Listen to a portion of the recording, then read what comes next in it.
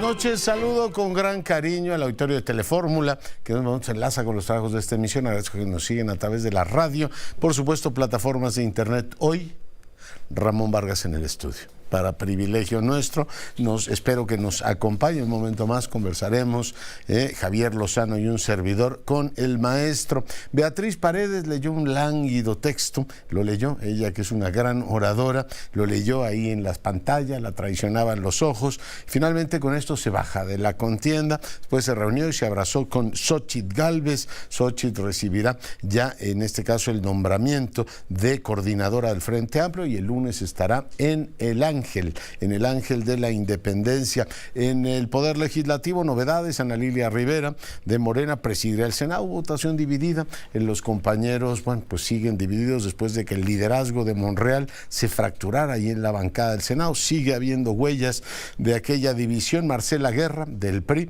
será la presidenta de la Cámara de Diputados. Blanca Alcalá será una de las vicepresidentas. Reunión plenaria interesante, la de la mayoría. Rosa Isela Rodríguez plantea, en este caso, repetir el triunfo electoral y ganar 2/3 del Poder Legislativo en el 2024 para avanzar en reformas constitucionales. Luisa María Alcalde enumeró algunas de ellas: bajar a 65 años de edad el límite para recibir la pensión, elevar a rango constitucional el programa Sembrando Vida, para que también la pensión, en este caso de personas con discapacidad, sea universal, y también la Guardia Nacional se adhiera a la Sedena.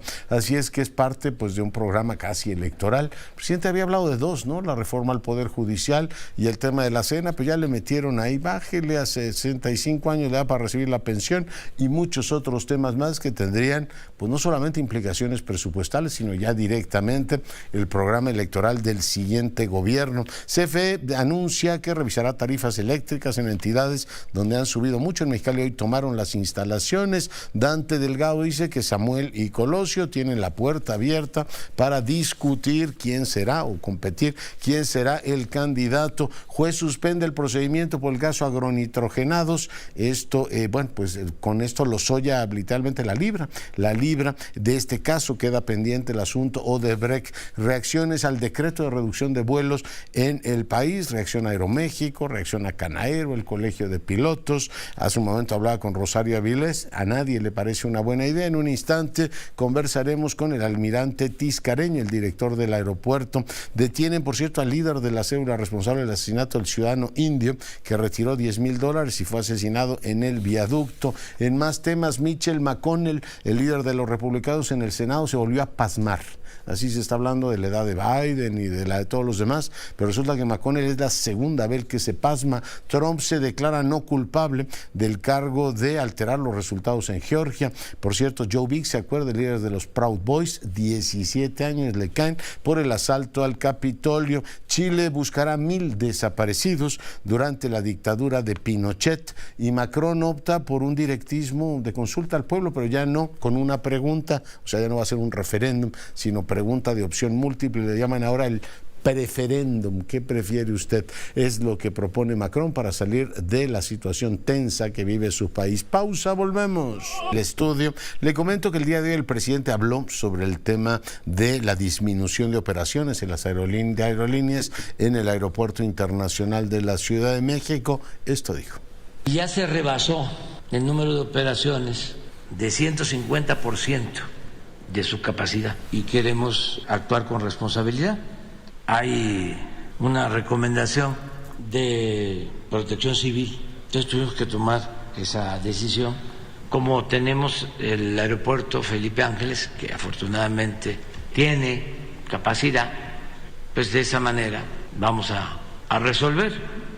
Pues eso dijo el presidente. Hay reacciones de todo tipo. Aeroméxico dice que la reducción de operaciones en el aeropuerto afectará a todos los pasajeros, a trabajadores, a la industria y a la atracción de nuevas inversiones. La Canaero advirtió que el recorte de operaciones implicará cancelación masiva de vuelos, muchos de ellos ya comercializados. Volaris y Viva Aerobús prevén también afectaciones por el tope a operaciones en el aeropuerto. El Colegio de Pilotos Aviadores dijo que la reducción de vuelos, en este caso, se decidió de forma unilateral, por lo que debe revertirse y hacerse un análisis más profundo, y la Asociación Internacional de Transporte Aéreo señaló que no se puede aceptar una decisión unilateral o descoordinada. Bueno, yo le agradezco mucho al almirante Tiscareño, él es el director del Aeropuerto Internacional de la Ciudad de México, que el día de hoy converse con nosotros, lo vamos a escuchar con toda atención para ver qué movió a la autoridad a tomar esta decisión y qué implicaciones tiene. Almirante, bienvenido. Doctor, don Leonardo, me tiene sus órdenes. Buenas noches, a sus órdenes como siempre. Pues le ruego que le comente al auditorio que nos escucha y ve en todo el país qué movió a la autoridad a tomar esta decisión y desde su punto de vista, qué implicaciones tiene en el corto y mediano plazo. ¿Qué nos movió? Tenemos 13 meses a cargo del aeropuerto de la Ciudad de México y desde el principio nos encontramos dentro de muchos otros problemas, un problema de saturación que ya existía desde antes, un decreto de saturación de personas en terminales. De acuerdo a eso, se hizo un recorte el año pasado, antes del inicio de la temporada de invierno, un recorte también de 9 slots por hora, en la que estuvimos de acuerdo las compañías y nosotros en un largo proceso de negociación que todos lo aceptaron. Las compañías aceptaron el recorte, pero el recorte como única objetivo era reducir la saturación en edificios terminales de personas. Se logró esa reducción, pero las aerolíneas lo que hicieron para compensar sus operaciones fue movieron y sus a aeronaves de mayor capacidad y mucho más. Entonces, logró la reducción de saturación. Almirante, lo estamos oyendo mal, a ver si se puede mover un poquito, si es celular, para que el auditorio que nos escuche y ve en toda la República escuche con integridad lo que está usted diciendo. ¿Me escucha, almirante? Yo lo escucho perfectamente. Bueno, ahora ya lo escuchamos mejor. Nos decía entonces que se reduce 9 vuelos, 9 operaciones por hora, pero las aerolíneas optaron por aviones con mayor capacidad, con lo cual teníamos saturación de pasajeros. Totalmente, no solamente no se resolvió el problema de saturación, sino que se agravó. Nos metieron en un año, vamos a tener 6 millones de pasajeros más. O sea, el problema que al aeropuerto le compete en cuanto a la administración es la seguridad de plataformas y llegar posiblemente este año a 51, 52 millones de pasajeros es una situación que no puede ya manejar el aeropuerto, no se puede dar comodidad, e inclusive está rayando ya en el arco amarillo casi rojo de la inseguridad. Nosotros seguimos insistiendo en mitigar la saturación. Eso aún en abril de este año eliminamos los vuelos horarios de las operaciones ilegales de las aeronaves y eso nos dio un pequeño respiro de 2 millones anuales. Pero aún esto sigue. La insistencia del aeropuerto es reducir la saturación de personas y terminales. El AFAC y el CNEA hicieron su propio estudio y decidió el AFAC reducir las operaciones nuevamente. Esto es buscando la seguridad en el aeropuerto. Ya. Oiga, usted es responsable del capitalino, pero bueno, la hipótesis general del gobierno en materia de aeronáutica civil es que se iban a ir moviendo al aeropuerto de Toluca o al AIFA. Tal cosa no ha ocurrido, ¿no? Sigue todo hiperconcentrado en el Benito Juárez. Así es, todavía, y es los que están poniendo y Lo estamos oyendo nuevamente mal. A ver si me ayudan y mejoramos la línea para que el almirante Tiscareño sea escuchado con, en este caso, la claridad que merece él y, por supuesto, nuestra audiencia. Almirante, ¿me escucha? No, estamos recuperando. En este caso, pues le decía que el gobierno dio a conocer esto, estamos escuchando el razonamiento de la autoridad, ha puesto un énfasis muy particular, escuchaba usted el presidente, en salvaguardar la seguridad del público, usuario y operacional. El presidente habló de protección civil. Vamos con el almirante Tiscareño nuevamente. Almirante. Sí, seguimos en esta situación. Si estos vuelos que estamos poniendo a disposición, que ya no van a existir las aerolíneas, deciden mudarse a otro aeropuerto, y en este caso que usted menciona, al ICM, seríamos los primeros en festejarlo, porque nos iban a ayudar mucho a reducir la saturación, y también el CENEAM se verá beneficiado en la seguridad en el espacio aéreo. Ya. Oiga, ¿esta reducción es para todas las aerolíneas, o sea, extranjeras y mexicanas? El decreto no discrimina ni favorece. El decreto establece que es entre 43 operaciones por hora y no especifica para líneas nacionales o extranjeras. Se aplica parejo. ¿Y el recorte es proporcional a las operaciones que tienen las líneas aéreas actualmente, o cómo operaría, almirante? Es un proceso muy complejo, muy complicado, que lo manejan expertos en la administración del slot, pero normalmente la ley especifica que sea equitativo, y en este caso también es proporcional a la cantidad de slots que maneja cada aerolínea. Ya, pues seguiremos. Tiene un horizonte temporal, entiendo que esto no necesariamente está pensado para ser permanente, entiendo que tiene un horizonte personal. Usted me corrige, almirante.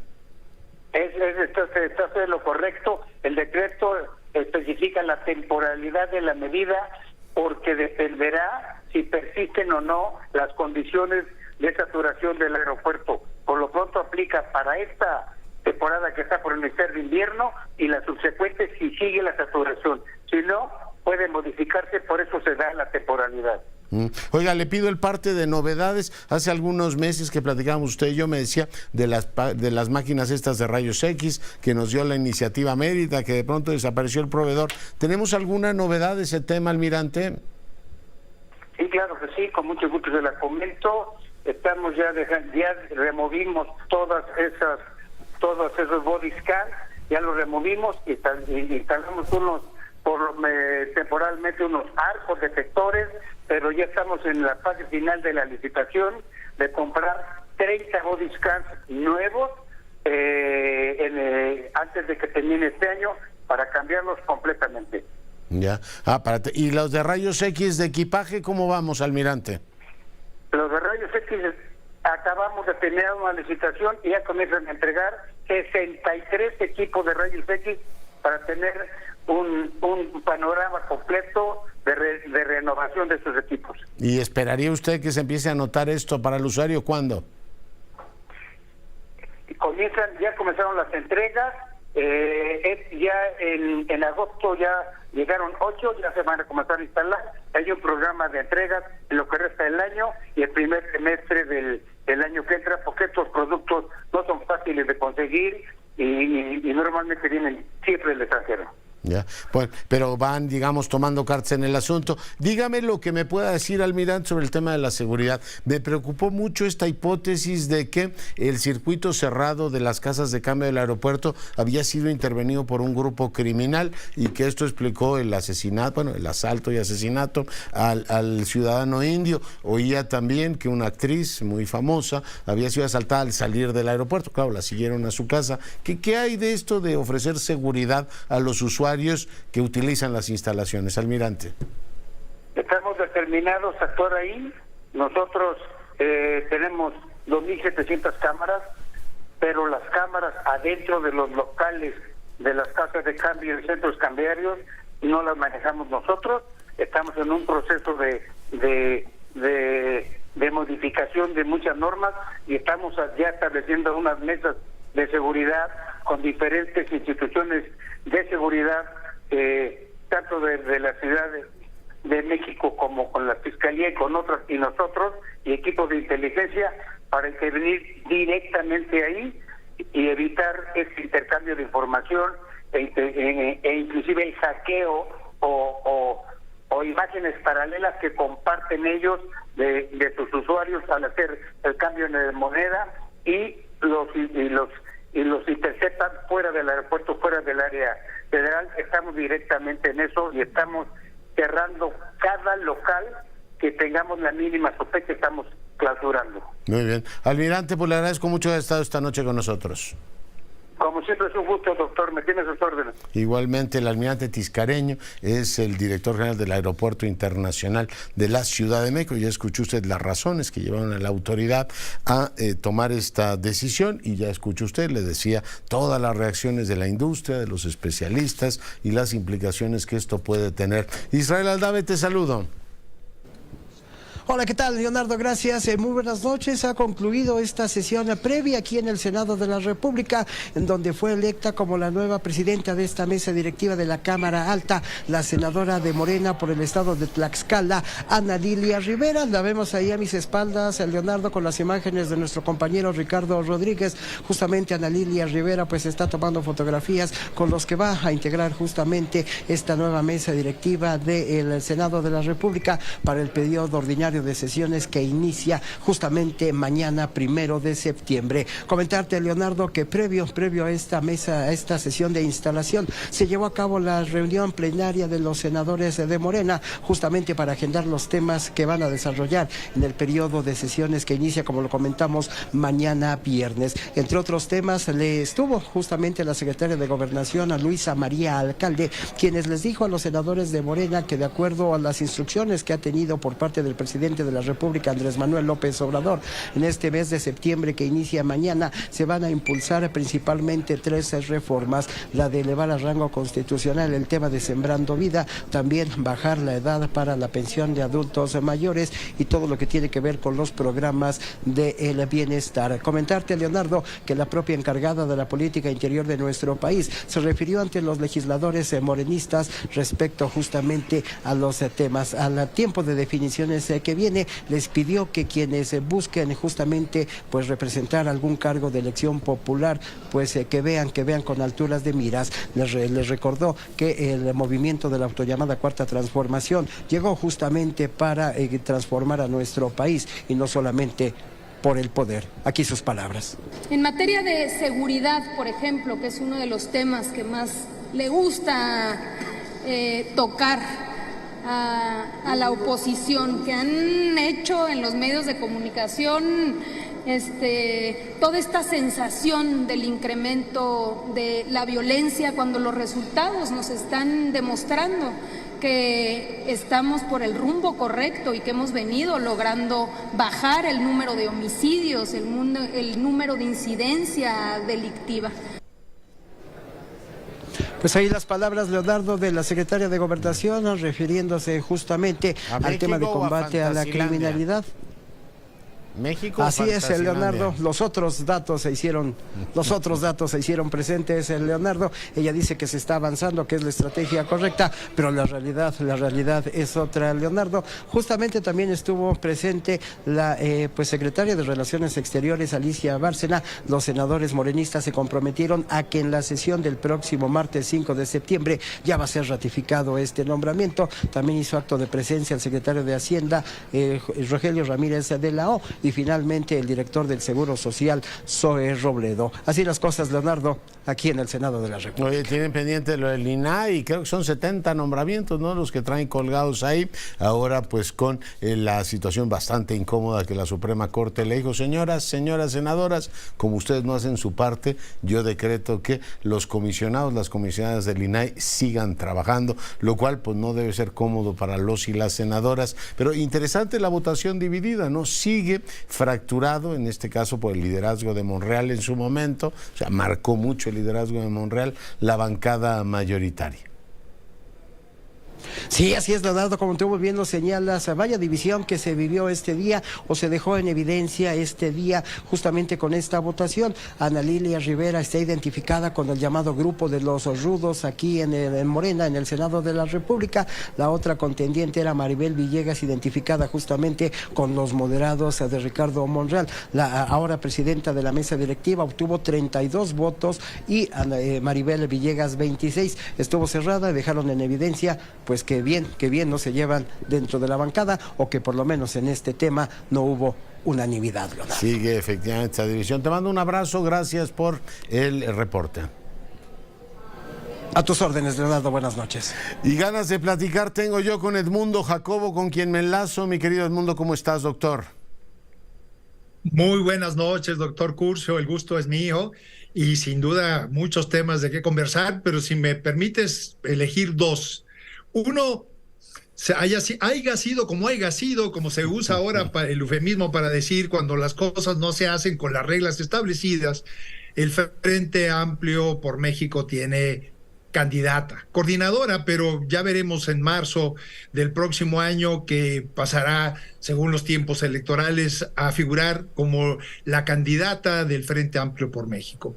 Y esto, paradójicamente, ha suscitado un debate interesante entre incluso quienes siguieron con mucha atención y con mucha simpatía la creación del Frente, esta coalición de 3 partidos políticos, y la aparición de una figura muy fresca como la de Xóchitl Gálvez, y que a partir de las decisiones que se tomaron el día de ayer, hay dos grupos que analizan de manera distinta las consecuencias de las decisiones. Hay quien no lo ve con mucho agrado y piensa que los partidos políticos una vez más se impusieron sobre la voz ciudadana y llegaron a un acuerdo cupular, así se ha denominado, para finalmente obligar a Beatriz Paredes, que era la otra candidata que estaba al final en el proceso, en virtud de que Santiago Acril ya había declinado a favor de Xóchitl Gálvez días antes, y que se habían impuesto finalmente para obligar a Beatriz Paredes a dejar esa posibilidad y abrirle el camino a Xóchitl Gálvez para ser la candidata única. Y critican esta decisión que consideran popular y que de alguna manera deja de lado esta emoción, digamos, ciudadana que se había levantado con la posibilidad de que el próximo domingo la ciudadanía acudiera a las urnas para ratificar una decisión entre 2 posibilidades. Pero también están quienes del otro lado, como siempre sucede en la vida, señalan que fue una decisión necesaria para evitar una confrontación y un desgaste innecesario entre los partidos políticos, y además hay quien habla de que sospechaban de la posible injerencia de agentes externos al padrón auténtico del frente y que pudiera distorsionar el resultado o manchar la jornada del próximo domingo, y que para evitar tanto el desgaste interno en los partidos como esta posibilidad de amenaza, era preferible mejor cerrar filas en torno a una sola candidatura, en virtud de que las encuestas que se habían levantado le daban una clara, amplia ventaja a Xóchitl Gálvez frente a Beatriz Paredes. Yo espero que muy pronto esto se pueda digerir, porque creo que finalmente una y otra posición tienen algo de razón. ¿A qué me refiero? En primer lugar, la candidatura de Xóchitl Gálvez vino a refrescar el ambiente, cambió de manera muy importante el panorama que veíamos todavía hace unos 2 meses atrás. ¿Por qué? Porque aparece como una figura emergente que, si bien se le vincula más directamente al Partido Acción Nacional, aparece no como una militante de años tradicional de ese propio partido, y parecería emerger más desde una voz más ciudadana. Y esto llama la atención a buenos sectores de la población que se han alejado de los partidos políticos porque han visto que los resultados de sus gobiernos no son del tamaño de las expectativas que se habían generado. Y sería muy lamentable que ahora, en lo que sigue del proceso, esta peso de los partidos políticos fuera el único sello de la figura de Xóchitl Gálvez. Creo que conservar, sin ser ingenuos, porque obviamente para lo que viene las estructuras de los partidos se requieren, pero conservar en Xóchitl Gálvez esa frescura en el debate, esa desparpajo, incluso cuando muchas ocasiones habla, creo que viene a entusiasmar a sectores de la población que sí buscaban ya una figura renovada, una figura fresca, insisto, en esta contienda que viene. Obviamente, ya en el caso de Xóchitl Gálvez, creo que muy pronto tendrá que cambiar el tercio y pasar a configurarse ya como una figura nacional, con la expectativa de que pueda ser candidata a la presidencia de la República. En fin, es un debate entre los simpatizantes del Frente, insisto, en lo que creo que hay parte de razón en los dos lados. De cualquier manera, el presidente de la República fuera el día de hoy o fuera el domingo próximo o el lunes después del resultado, en el caso de que se hubiera dado la consulta, hubiera ido en contra del frente en cualquier momento. Hubiera sido ingenuo pensar que no fuera de otra manera. Claro. Ahora bien, lo que viene es esperar al próximo miércoles, el 6, que se cierre el proceso más complejo aún que ha decidido Morena para elegir a su abanderado o a su abanderada. Ya vimos el día de ayer como uno de los principales contendientes criticó el procedimiento que se está siguiendo, pero después del 6 de septiembre, si no es que también Morena y sus aliados adelantan los resultados, se abrirá un proceso bastante complejo, Leonardo. ¿Por qué? Porque el Tribunal Electoral y el Instituto Nacional Electoral avalaron un momento que no estaba previsto en la ley, cuando los actores desataron los tiempos para la elección de lo que llamaron eufemísticamente sus coordinadores, y que realmente, como ya lo decía antes, se pasarán a ser sus candidatos. Sí. Pero, ¿qué pasará después del 6 de septiembre? Cuando ya este cobijo que abrió el tribunal deje de ser tal. Y me pregunto, quienes coordinen estos esfuerzos, ya sea el de la cuarta transformación o bien el esfuerzo del Frente Amplio por México, ¿guardarán silencio hasta la tercera semana de noviembre? Por supuesto que no. Yo creo que no va a pasar. Oye, yo creo que no. Xochitl lo tiene fácil, Edmundo, pues se regresa de senadora y puede hacer la función de coordinadora y senadora. Esa la tiene, digamos, el camino más o menos fácil. Pero la doctora, que hoy apostó, Xochitl, dice, el presidente apuesta que fui yo, y el presidente siempre gana, yo le apuesto que va a ser Claudia. Bueno, más allá de ironías, sí lo tiene más complicado, porque ¿dónde la colocan? No la pueden regresar de jefa de gobierno, ¿no? No, ya dejó esa posición, no la pueden dejar.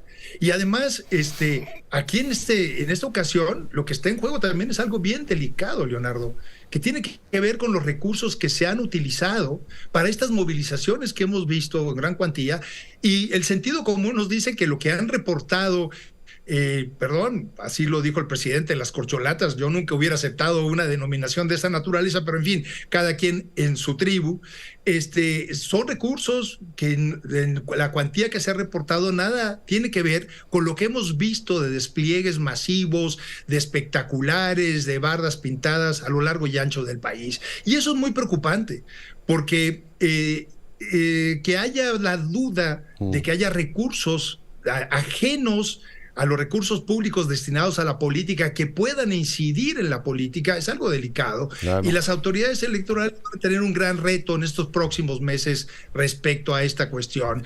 ¿Qué hacer porque dudo que la doctora Sheinbaum vaya a guardar silencio?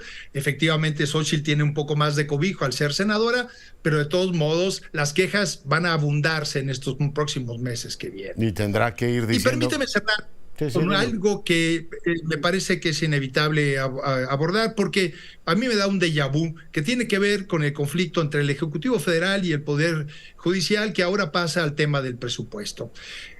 Ya en otra ocasión hablaremos más ampliamente al respecto, pero viene, y ahora con la instalación el día de mañana del Congreso de la Unión, la deliberación en la Cámara de Diputados sobre el presupuesto, y pues seguramente por esa vía se va a querer ajustar la voz necesaria del Poder Judicial para los próximos meses que vienen, y sobre todo para el presupuesto que ejercerá el próximo año, Leonardo. Sí, mañana se instala y mañana hay informe, pues el presidente da tantos que ya se nos olvida que el día 1 de septiembre hay informe. Oye, en 20 segundos nada más comentarte, parece que fue muy dura el trato que dieron al comité técnico, las presidencias de los partidos, decir, que mira que trabajaron lealmente, Sánchez, Latapí, Baños, Morales, y les dijeron, nos haces públicas las encuestas y no va a haber consulta. Creo que no se lo merecían, ese es mi opinión, ni tampoco se merecía Paredes que la bajaran de esa manera, pero bueno, ese es mi punto de vista, Edmundo.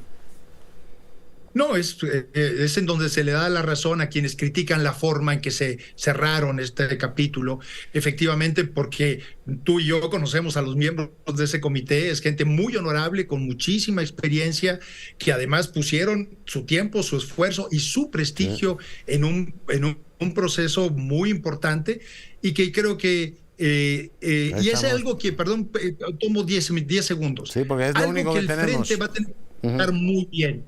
no han podido explicar suficientemente la decisión que ha tomado, y es importante que lo hagan no solamente para reconocer el trabajo de este comité, sino para explicarle a la ciudadanía las verdaderas razones de fondo de por qué adelantaron los tiempos. Sí, sí, también veíamos allá al actuario Herrero. Gracias, Edmundo, cuídate mucho. Igualmente, Leonardo, muy buenas noches, gracias a ti. Nos vemos la semana próxima, doctor. Pausa, volvemos. Vamos ahora contigo, Maru Rojas, adelante. Fue día de plenarias todavía aquí en el Palacio Legislativo de San Lázaro, en un hotel cercano a la Alameda. Los diputados federales del PRD, que coordina Luis Espinosa Cházaro, pidieron no perder la brújula en un año electoral que les resta a esta legislatura y no olvidarse de lo importante, mientras que 3 secretarios de Estado que estuvieron con Morena aquí en San Lázaro les dijeron a los diputados, no solo de Morena, también del Verde y del Partido del Trabajo, que lo importante es que no pierdan la brújula del proceso electoral y echen toda la carne al asador para que sea un proceso electoral triunfador. Incluso Rosa Isela Rodríguez, la secretaria de Seguridad Pública, habló de cifras triunfantes, que todo se ha disminuido, el robo a personas, el robo a casa habitación, incluso también la captura de criminales, pero no habló de los secuestros, no habló de las desapariciones forzadas, de esas cifras no las mencionó. Dijo que se trabaja mejor con los gobiernos de Morena, que por eso tienen que impulsar los diputados a que haya más triunfos de este partido en el país.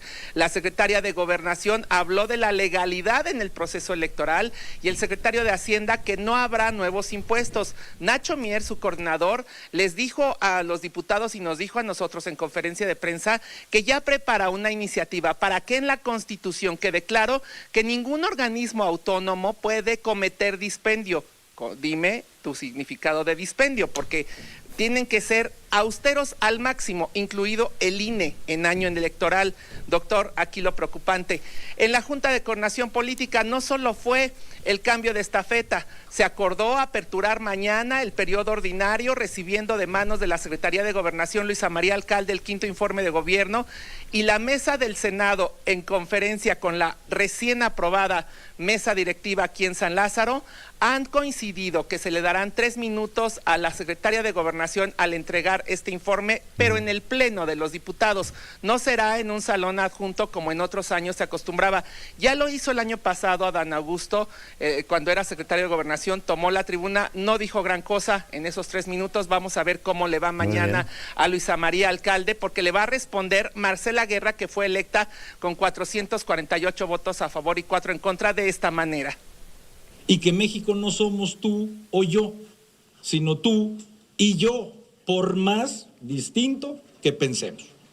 Y si la Cámara de Diputadas y Diputados es ese reflejo como país, y si la Junta de Coordinación Política es el reflejo de la Cámara de Diputadas y Diputados, incuestionablemente lo que debe de imperar es ese mínimo respeto que decíamos ahorita adentro, que desde esta presidencia evidentemente es mi compromiso continuar. Bueno, pues ese es el coordinador de los panistas. Sí. El nuevo presidente de la Jucopo, doctor. Muy bien, pues muchísimas gracias, mi querida Maru, por el reporte. Mañana día importante en el Legislativo. Cuídate. Estamos pendientes.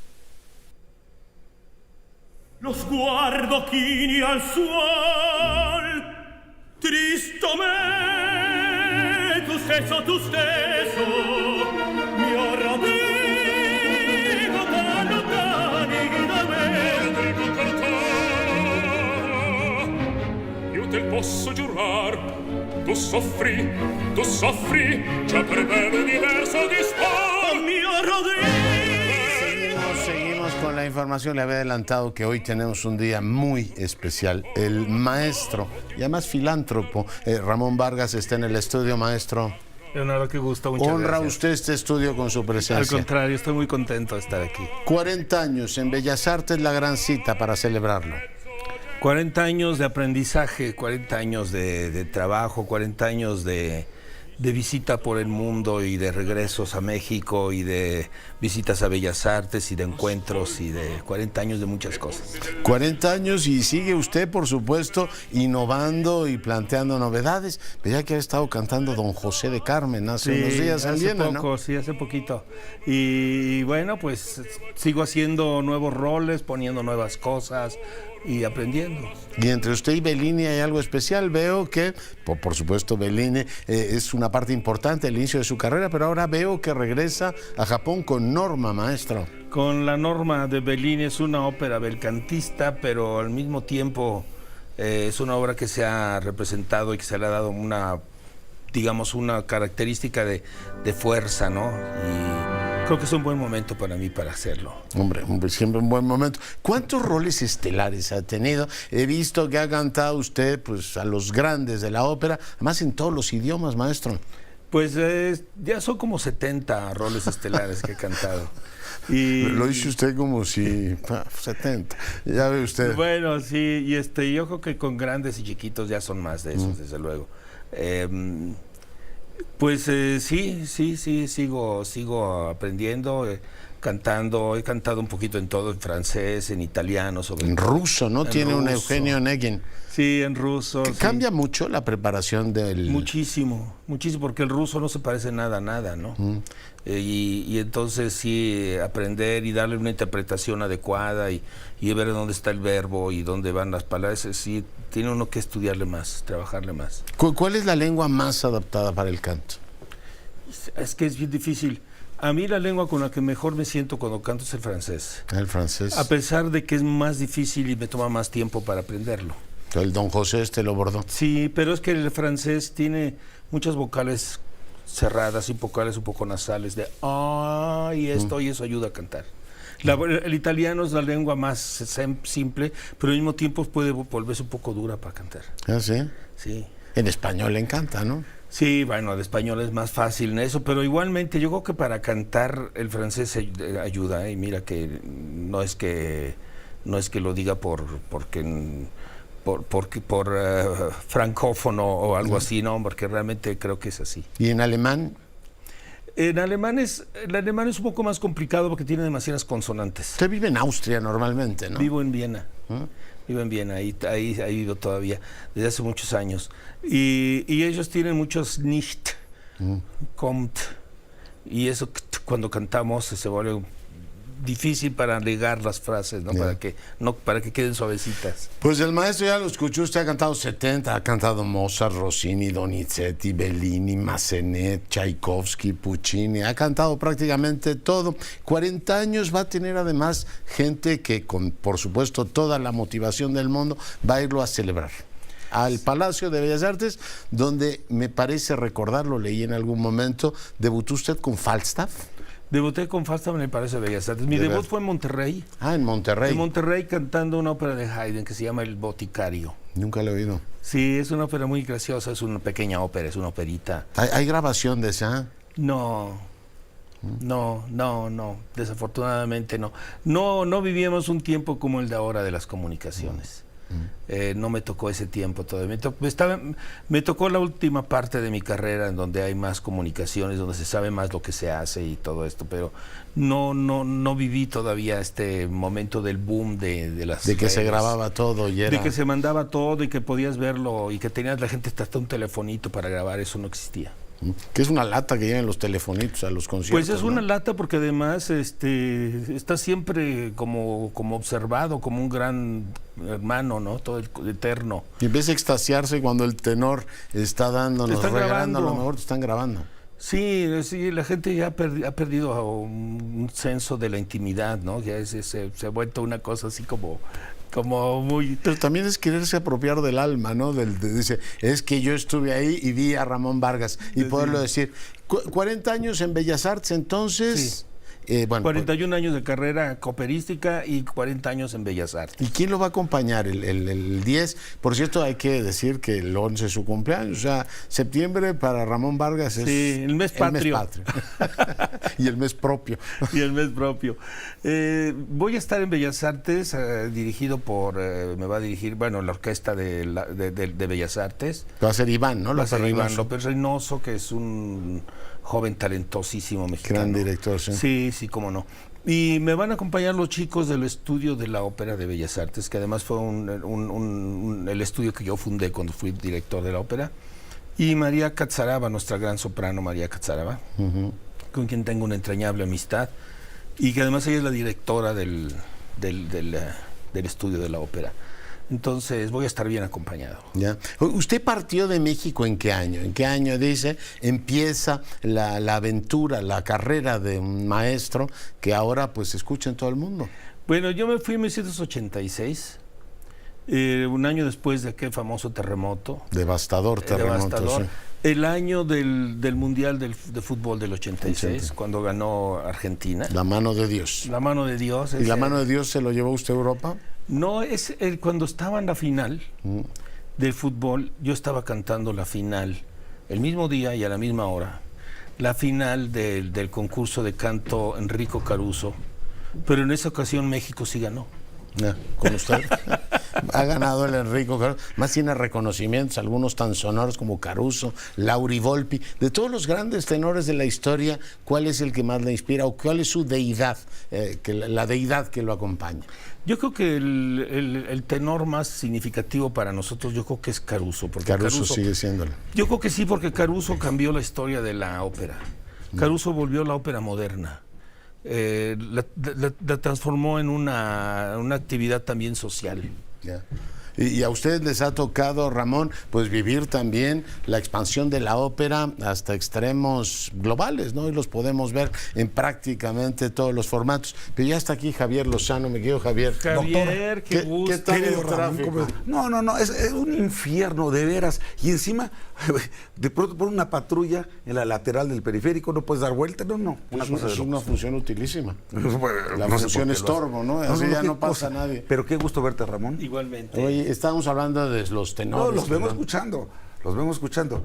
Y además va a ser su cumpleaños. Él nació el 11 de septiembre de 1960. Ya decíamos aquí en la Ciudad de México. Que no es el mes patrio, sino el mes propio. El mes propio, claro. Y ¿sabes con qué es ese?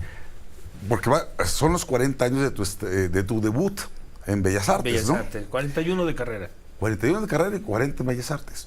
Pero fíjate que fue con el maestro Eduardo Mata. Sí. Mata dirigía, sí. ¿Verdad? ¿En Sí. Falstaff? Fue Falstaff y después Don Giovanni, pegaditas. Porque la versatilidad que tiene este hombre es que es... En la tarde te estuve estudiando, no creas. Tu concierto en Moscú, extraordinario. Sí, gracias. ¿De qué año es el de Moscú? Pues son como unos 10, 12 años. Buenísimo. Sí. Y digo, o sea, está el bel canto, Donizetti, Rossini, Bellini, ¿no? Y después pasas a Mozart. Pero te vi también, estuviste en el Met haciendo la Bohème. Bueno, canté 48 veces la Bohème en el Met, así que en alguna de esas me viste. Bueno, es que lo he visto ¿Hay algún teatro particularmente, hay una audiencia particularmente exigente, Ramón? Sí, yo creo que la Scala. Sí. La Milán. Sí, yo creo que son entre que tienen razón y entre que se dan un poco el aire, ¿no? Aquí somos la catedral de la ópera. Sí, luego aquí nadie sale vivo. No, y mira, hay un grupo de gentes que le llaman los amigos de Loyones, que harían como los del gallinero, ¿no? Sí, el gallinero. Que son gente que vive para la ópera, están ahí todas las óperas, se saben de memoria, saben quién cantó, cuándo, qué. Y son los más exigentes, los más duros. Si no les cantas como ellos quieren, te avientan bus y yo creo que tienen razón. Alguien que se dedica a eso y que se dedica toda tu vida y hasta sus recursos económicos, pues tiene derecho a exigir tanto. ¿Cómo no? Sí, cómo no. Sigue siendo un desafío para los teatros del mundo presentar ópera, es cada vez más costosa y Ramón, las celebridades como usted llevan a que los teatros se puedan llenar, pero sigue siendo un desafío para todos los teatros del mundo que haya audiencias jóvenes y los precios sean asequibles. Mira, esto es una cosa que... Buenas preguntas, Esto es una cosa que pienso que se tiene que hablar con más claridad. Te voy a decir lo que yo pienso. Y hay estadísticas que hablan al respecto. Por ejemplo, el Teatro de Viena tiene vendido el 97% de su boletaje.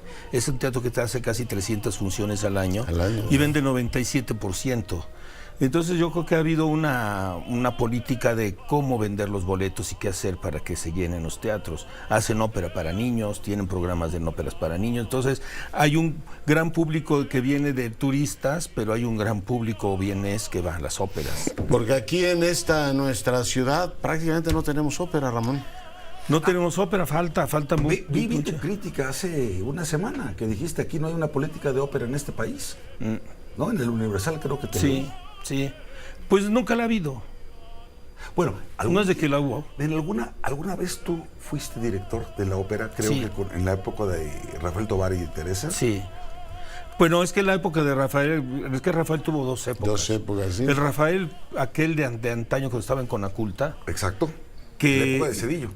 Exactamente, que apoyó la ópera en todo porque él era un melómano. Cedillo, claro. Cuando estaba Gerardo Kleinburg en la ópera. Sergio Vela, etcétera. Sí, y entonces ellos tenían manga ancha realmente para la Había ópera. apoyo para la cultura. Había apoyo para la cultura y para la ópera específicamente, que es más difícil, ¿no? La ópera es más difícil. Pero después de eso nunca volvió a pasar esa situación. O sea, ¿tú crees que ahora tenemos una ópera cada cuánto? Cada estación. Nunca. No, cada estación te ponen. Pero mira, están haciendo esfuerzos. esfuerzos. El director de la ópera, Alonso Escalante, está haciendo un esfuerzo grande. Me alegro mucho que el estudio de la ópera siga activo. El estudio de la ópera donde los chavos se están formando y donde puedan estar pues volviéndose cantantes. Una cosa es tener buena voz y otra cosa es ser buen cantante. Son dos cosas diferentes. No. Y entonces eso lo celebro. O sea, eso celebro que no se haya... Pero no hay presupuesto, no hay apoyo, no hay promoción, o sea... Pero no la continuidad, ¿no? Sí, te decía Viena. Tú Viena puedes tener 3 óperas diferentes de Gluck, que es una misma semana, y sigues yendo, y hay un apetito. Hay una continuidad. Aquí es muy poco... Pero además, ¿sabes cuál es otra cosa? El mecenazgo. Por ejemplo, en otros países, lo que sí promocionan es que hay aportaciones del sector privado a la cultura y sean deducibles de impuestos. Pero estás hablando por ejemplo, de Estados Unidos. Bueno, pero sí, exactamente, pero el gobierno no da dinero. No da dinero. Pero no te estorba. Exacto. No te estorba, no te da, pero no te quita. Y tú tienes el sábado matiné y otra función en la noche, 2 óperas distintas. Y retransmisión al mundo. Así es. Y comercializan. Oye, que te cuento derechos. una anécdota que me pasó. Canté 48 bohems, entonces... ¿Qué cosa? 48. 48 bohems. Te sale divina. Y entonces te voy a contar que una historia muy rápida. Cantábamos, en el Met se canta martes, jueves. Sábado, luego miércoles. No, entonces, viernes también. Sí, todos los días, pero se alargan menos el domingo. Se alargan porque te hacen cantar lejos, ¿no? Para que se... Y entonces una vez se pasó la bohème a mediodía, que es la matiné. Y al otro sábado teníamos otra vez bohème, pero nunca pensé que era mediodía. Pensé que nunca se habían juntado 2 matinés de la misma ópera, nunca. Y así que yo estaba muy tranquilo, desayunando a eso de las 12:15. La matiné empieza a la 1, porque me había levantado tarde y suena el teléfono y dicen, Ramón, ¿dónde estás? ¿Ya estuvo? Y digo, pues aquí. ¿Qué pasó? Dije, ya se enfermó algún cantante y me van a llamar para una de emergencia, un ensayo rápido. Dice, te estamos esperando, empezamos en media hora. Yo estaba todavía en mi cama. En pijama, así como salí, me vestí, llegué y así. Pero habrá dicho 5 minuti conosco il mestiere. 5 minuti conozco el mestiere, no sabes. Y salió y cantó, porque lo canta de maravilla. 40 años de carrera. Sí. Maestro, es usted un orgullo para su país. Oye, qué buen programa. Va a estar con María Catzaraba, ¿no? María Catzaraba. Y ya platicamos eso, pues se nos acabó el tiempo. Se nos acabó, qué bueno. Maestro, un honor le ha hecho usted a este estudio, gracias. A mí y a Javier Lozano. Javier, querido, muchas gracias. Qué gusto. Que sea usted rabiosamente feliz. Gracias. Se lo merece. Nos vamos, cuídese.